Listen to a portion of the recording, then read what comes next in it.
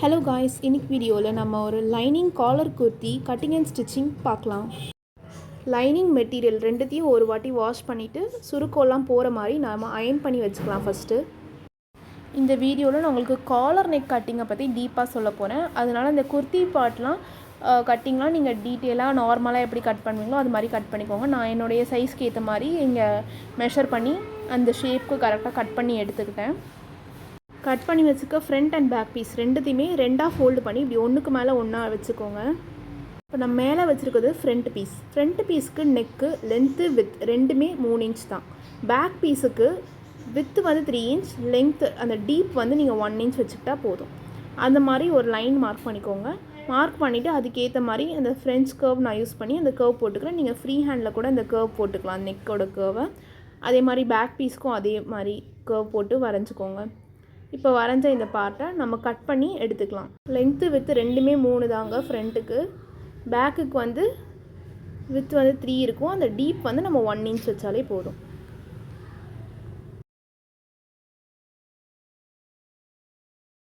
Neck அதெல்லாம் நம்ம cut பண்ணி முடிச்சிட்டோம். இப்போ காலர் குர்த்திக்கு நெக்ஸ்ட்டு வந்து காலர் அப்புறமேட்டு பிளாக்கெட் ரெண்டு நம்ம ஸ்டிச் பண்ண போகிறோங்க. ஸோ ஃபஸ்ட்டு இப்போ நம்ம பிளாக்கெட் கட்டிங் எப்படின்னு பார்த்துடலாம். இந்த பிளாக்கெட் கட்டிங்க்கு நான் வீடியோவில் காட்டுற மாதிரி ஒரு கேன்வாஸ் பேப்பர் ரெண்டாக ஃபோல்டு பண்ணி அந்த ஃபோல்டட் சைடு இருக்குல்ல அந்த பக்கம் நான் மார்க் பண்ணுற மாதிரி நீங்கள் மெஷர்மெண்ட் வச்சு மார்க் பண்ணிக்கோங்க. அதாவது 4 இன்ச் டீப்பு, அந்த மேலே ஸ்டார்டிங்கில் ஒரு மார்க் பண்ணிக்கோ, அது வந்து 1 இன்ச் கேப் வச்சு அந்த 1 இன்ச் மார்க் பண்ணதையும் 4 இன்ச் மார்க் பண்ணதையும் இப்படி வி ஷேப்பில் ஜாயின் பண்ணிக்கோங்க. அதுதான் நம்மளுக்கு அந்த நெக்கில் அந்த ஓப்பன் வி மாதிரி லைட்டாக வரும்ல, அந்த பார்ட் இது. அடுத்து அந்த 4 இன்ச்லேருந்து கீழே ஒரு 7 இன்ச் வரைக்கும் மார்க் பண்ணிக்கோங்க. இது வந்து கீழே வந்து அந்த பட்டன் நம்ம வைக்கிறதா வச்சுக்கலாம், அந்த லென்த்துக்கு இது வரும். இது எல்லாருக்குமே ஸ்டாண்டர்ட் மெஷர்மெண்ட் தான். நான் வந்து ரொம்ப இந்த எட்ஜை ஃபோல்டர் எட்ஜை ஒட்டி லைன் போட்டிருக்கேன். நீங்கள் ஒரு 1/4 இன்ச் தள்ளி கேப் விட்டுக்கோங்க, அது ரொம்பவே யூஸ்ஃபுல்லாக இருக்கும்.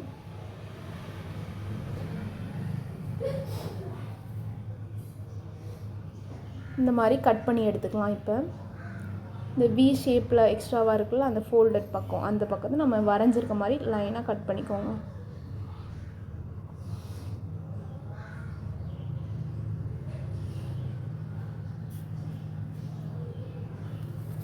இப்போ இந்த கட் பண்ணி எடுத்து ஓப்பன் சைடு இப்படி தான் இருக்கும். கீழே வந்து அந்த ஜாயிண்ட் லைட்டாக இருக்கணும், இல்லாட்டி ரெண்டுமே 2 தனி பேப்பராக போயிடும். நம்மளோட ஃபேப்ரிக் எடுத்துகிட்டு அதோட ராங் சைடில் வச்சு இப்படி பேஸ்ட் பண்ணிக்கோங்க. அந்த கேன்வாஸ் பேப்பரை பேஸ்ட் பண்ணிட்டு அந்த எக்ஸ்ட்ரா இருக்க எட்ஜஸ் இருக்கு இல்லையா, அது எல்லாத்தையுமே அந்த கேன்வாஸ் மேலே நீங்கள் ஃபோல்டு பண்ணி ஸ்டிக் பண்ணிக்கலாம், இல்லைனா ஸ்டிச்சும் பண்ணிக்கலாம். நான் வந்து இங்கே ஸ்டிச் பண்ணிவிட்டேன் அதை அப்படியே. இப்போ நம்ம அந்த டாப்போடைய ஃப்ரண்ட் பார்ட்டை மிடில் லைனை நல்லா ப்ரெஸ் பண்ணி வச்சுருக்கேன். ஸோ எனக்கு சென்டர் நல்லா கிளியராக தெரியணுங்கிறதுக்காக அதுக்கு மேலே இந்த பிளாக்கெட்டோட கிளாத்தை வச்சு நீங்கள் பின் குத்திக்கலாம். உங்களுக்கு விலகாமல் இருக்கணும்னா, எனக்கு வந்து மார்க்கிங் நல்லாவே தெரியறதுனால பின் எதுவுமே குத்தலை சைடில். சப்போஸ் உங்களுக்கு விலகிற மாதிரி தான் நீங்கள் பின் குத்திக்கோங்க. இப்போ அதோட சென்டர் பார்ட்டில் நீங்கள் நேராக ஒரு ஸ்டிச் போட்டுக்கணும் ஃபஸ்ட்டு. அப்போ தான் அந்த விலகாமல் உங்களுக்கு இருக்கும். போட்டுட்டு அப்புறமேட்டு நம்ம அதை வி ஷேப் கட் பண்ணோம் பார்த்தீங்களா, அந்த ஓரமாக நீங்கள் ஸ்டிச் பண்ணிகிட்டே அப்படியே வரணும். நீங்கள் ஸ்டிச் பண்ணும்போது அந்த கேன்வாஸ் மேலே ஸ்டிச் பண்ணிடக்கூடாது, அதை ஒட்டி கரெக்டாக ஸ்டிச் பண்ணணும். அப்போ தான் நம்மளுக்கு கிளாத்து திருப்பும் போது ஈஸியாக இருக்கும். இப்போ நம்ம சென்டர் ஸ்டிச்சை கரெக்டாக கட் பண்ணிக்கலாம். சென்டர் ஸ்டிச்சை கட் பண்ணிக்கோங்க. இதுக்கு தான் நான் உங்களுக்கு சொன்னேன் அந்த 1/4 இன்ச் விடுங்கன்னு. எனக்கு ரொம்ப குட்டியாக இருந்ததுனால எனக்கு அந்த துணியே கட் பண்ணுற மாதிரி அளவுக்கு ஆகிடுச்சு. நீங்கள் ஒரு 1/4 இன்ச் விட்டு வெட்டிங்கன்னா உங்களுக்கு கரெக்டாக இருக்கும்.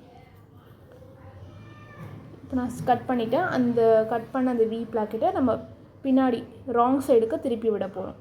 திருப்பி விடும்போது கண்டிப்பாக உங்களுக்கு சுருக்கம் வரும். அந்த எண்டுலலாம் கீழே அந்த எண்டில் சுருக்கம் கண்டிப்பாக வரும்.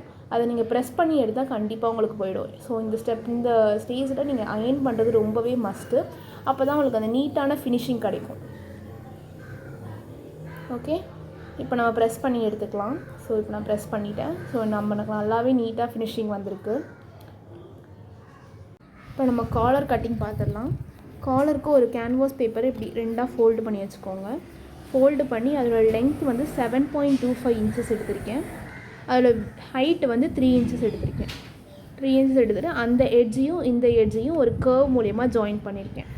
அந்த கர்வ் ஜாயின் பண்ணிவிட்டு அந்த கர்வ்லேருந்து ஒரு 3/4 இன்ச் இந்த காலருடைய இந்த ஸ்ட்ரிப் லென்த் எடுத்திருக்கேன். 3/4 இன்ச் த்ரூ அவுட் அந்த டாட் வச்சுருக்கேன் பார்த்தீங்களா, 3/4 அந்த மாதிரி டாட்டாக வச்சுட்டு அதை ஜாயின் பண்ணிவிட்டு உங்களுக்கு அந்த ஸ்ட்ரிப் மாதிரி வந்துடும். அந்த ஸ்ட்ரிப்பை நீங்கள் ஜாயின் பண்ணுற அந்த இடத்துல மேலே ஒரு ஸ்ட்ரெயிட் லைனாக ஜாயின் பண்ணாமல் ஒரு பெண்டு மாதிரி கொடுத்து ஜாயின் பண்ணிங்கன்னா உங்கள் காலரோட ஃபினிஷிங் நல்லா வரும். ஸோ இப்போ அந்த ஸ்ட்ரிப்பை நம்ம கட் பண்ணி எடுத்துக்கலாம். அந்த காலர் ஸ்ட்ரிப்பை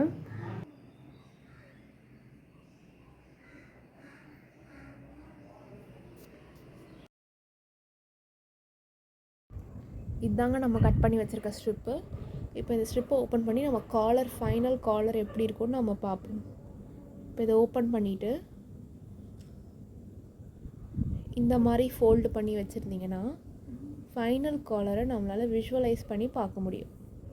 ஸ்ட்ரிப் லெங்க்த்துக்கு அந்த ஃபேப்ரிக்கை கட் பண்ணிவிட்டு அதோட பேக் சைடில் இதை பேஸ்ட் பண்ணிவிடுங்க ஸ்ட்ரிப்பை. அப்புறமேட்டு ஸ்ட்ரிப்லேருந்து கீழே 4 இன்ச் தள்ளி வீடியோவில் பார்க்குற மாதிரியே கட் பண்ணிக்கோங்க லெங்க்த்தாக. இப்போ அதை நம்ம ஃபோல்டு பண்ணி அந்த கேன்வாஸ் மேலே மறுபடியும் ஸ்டிக் பண்ண போகிறோம். இல்லைன்னா ஸ்டிச் கூட பண்ணிக்கலாம். நான் வந்து ஸ்டிக் பண்ணிக்கிட்டேன். நெக்ஸ்ட்டு இப்போ இதே லென்த்துக்கு இதை விட ஒரு 1 இன்ச் பெரிய ஃபேப்ரிக் எடுத்துக்கோங்க. அதாவது த்ரூ அவுட் 1 இன்ச் பெருசாக இருக்கணும். நான் வந்து ரொம்ப குட்டியான ஃபேப்ரிக் எடுத்தேன். ஆனால் நீங்கள் இதோட அடியில் அந்த கீழ்ப்பகுதி இருக்குது பார்த்தீங்களா, அந்த கேன்வாஸ்க்கு கொஞ்சம் எக்ஸ்ட்ரா நிறையவே துணி இருக்கணும். அந்த மாதிரி துணி எடுத்துகிட்டு ஒன்றுக்கு மேலே ஒன்றா இப்படி பேஸ்ட் பண்ணி ஸ்டிச் போட்டுக்கோங்க.